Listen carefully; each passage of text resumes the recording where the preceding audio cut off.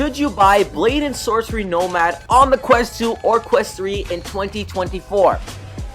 If you want the quick answer and you want to close the video and go have some fun, yes, you should definitely buy Blade and Sorcery Nomad in 2024. And this is probably one of the best VR games that VR has to offer for multiple reasons. The first reason we're going to cover is the physics. It's a physics-based game, meaning you have archery, you have sword fighting, you have powers, and everything is engaging and interactive like it would be in real life. When you have a sword, it could be a one-handed sword or it could be a two-handed sword. You have a bow and arrow, you're holding the bow with your left hand, you grab the arrow from your quiver over your right shoulder, you pull back, aim, and release. I don't think there's any auto aim assist in this game, which just makes it that much more better. Now we're talking about the graphics. On the Quest 2, graphics aren't the absolute greatest. However, on the Quest 3, there's been a massive upgrade. I recently switched to the Quest 3, and I've been testing around some of my old favorite games, and I was testing out Blade and Sorcery, hence why I was making this video, and I can say there have been some major graphic improvements, and I'm very happy with how it looked. Not only am I happy with how the gameplay looked, I'm happy with how the after footage looked, because usually it looked like I was filming on PS2, now we're getting like PS3, maybe if you're being generous, PS4 quality. We're not yet at the full 4K capabilities that we might see on the Apple Vision Pro, or perhaps the PSVR 2. However, I feel like we are getting there slowly. With Meta, I heard they're releasing a light version of the Quest 3, so if you're wondering if you should upgrade to the Quest 3, I think the Quest 2 still has a lot more to offer. But back to Blade and Sorcery, should you buy it? Also, if you want to buy Blade and Sorcery, I have a 25% off link I'm going to link in the description below, where you can buy the game and get 25% off. So we talked about the physics.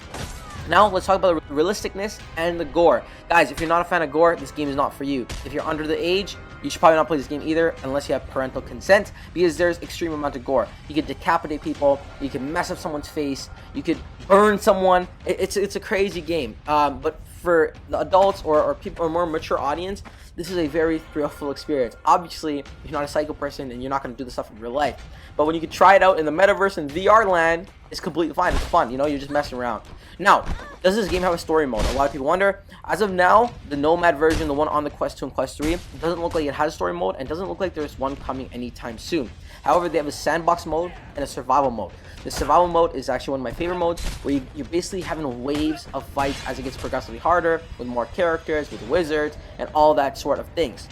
The sandbox mode is a bit more, you know, sandboxy, where you kind of do what you want to do. You could get a certain amount of weapons, you could add customizations, you can mess around with it and just be creative.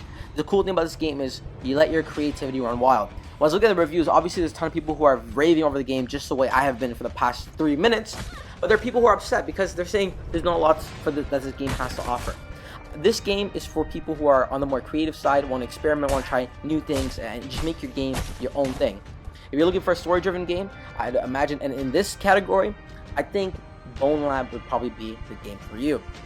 Now, that's pretty much my review, guys. I want to keep it simple. If you have any questions, feel free to comment down below about Blade and Sorcery. If you're thinking about buying it, but you might have a question or two, drop it down in the comments below. I'll make sure I reply to every single comment. And guys, if you want to know the latest and greatest information about the Quest 2 and the Quest 3, you want to watch game reviews, you want to watch free game reviews, make sure you smash the subscribe button as I cover regular VR content.